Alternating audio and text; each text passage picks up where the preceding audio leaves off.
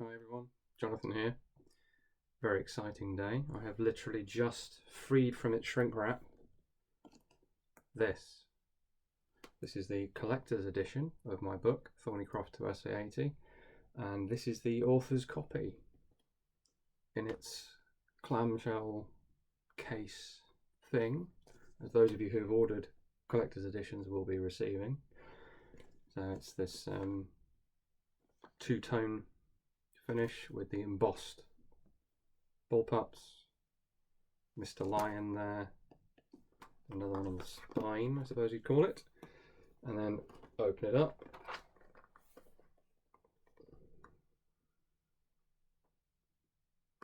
There is the book in all its glory. And we have on the inside a rather wonderful quote and another lion and the little Headstamp Publishing logo there. This is all very fancy.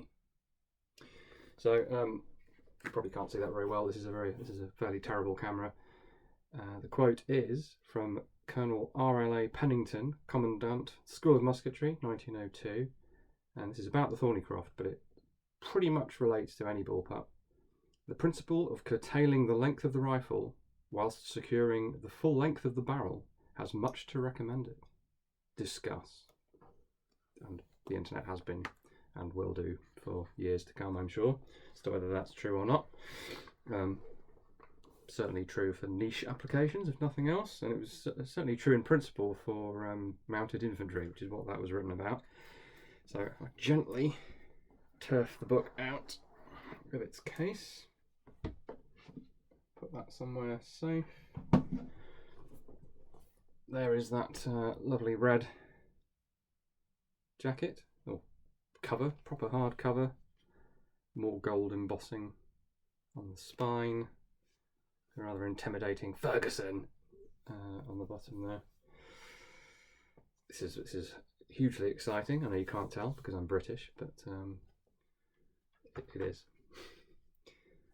Lions on the front pages there, and try and show you some of this beautiful bit of artwork there, commissioned for the book, equivalent to the one from Ian's book.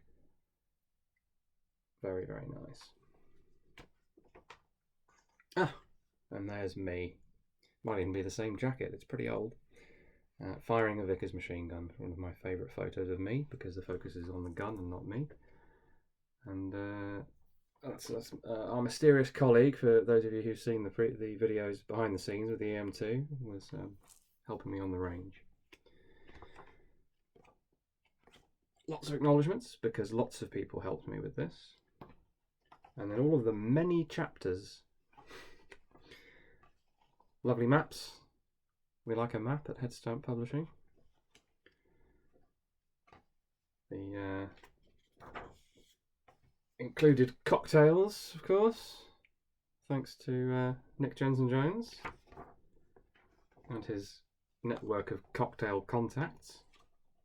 And then we have some very nice reproduced design drawings, and that's the first one you'll come across.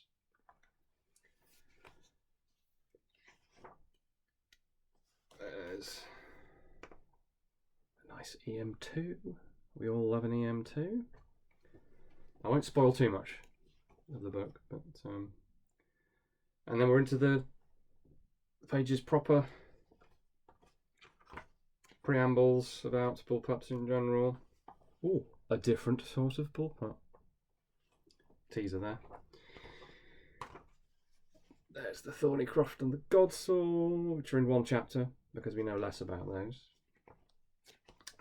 Skipping ahead. There's a feature on the Royal Small Arms Factory at Enfield, which is probably subject, or should be the subject of its own book.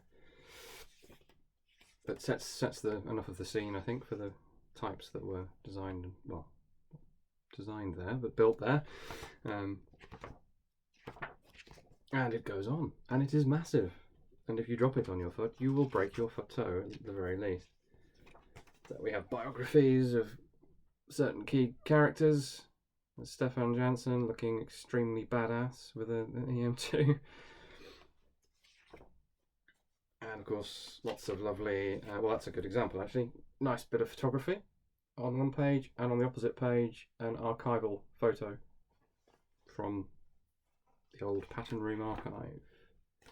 Nice double page spread of an EM2 in bits. That's what we like.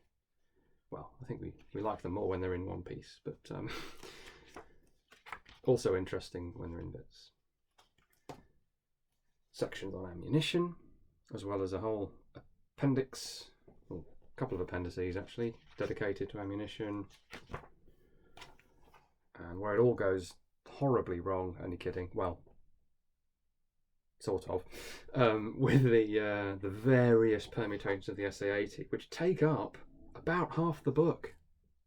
So I hope you like / love to hate the SA80, because there's a lot of it.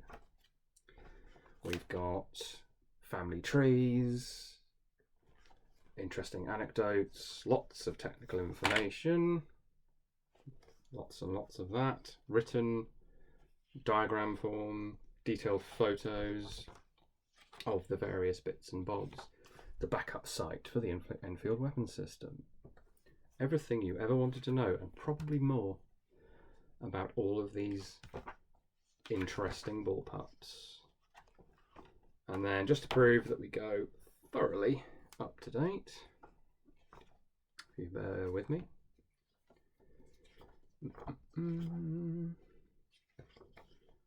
Well, how up to date does that look?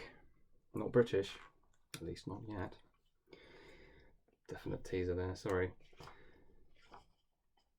I've got a whole section here, short section on the Australian F88, which I'm sure will excite a lot of you. Very happy to have that in there. Thank you, Nick, for contributing that.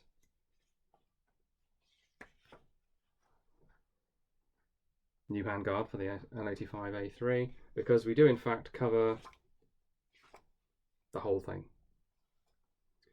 Exciting plastic prototypes that you probably haven't seen before. A couple of you probably have. And there's the A3.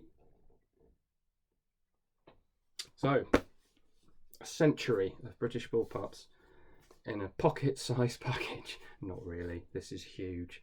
But hopefully you all enjoy the fact that it's huge. And I'll stop there. Thank you very much for everyone who's bought this in whatever form you've bought it, or otherwise supported the project, contributed to it, helped me out when I made stupid mistakes about bullpups. And I'm really happy to have this in my hands at long last. It's been a long journey from 2017 to, well, 2021 now, isn't it? So, thanks everyone. Take care.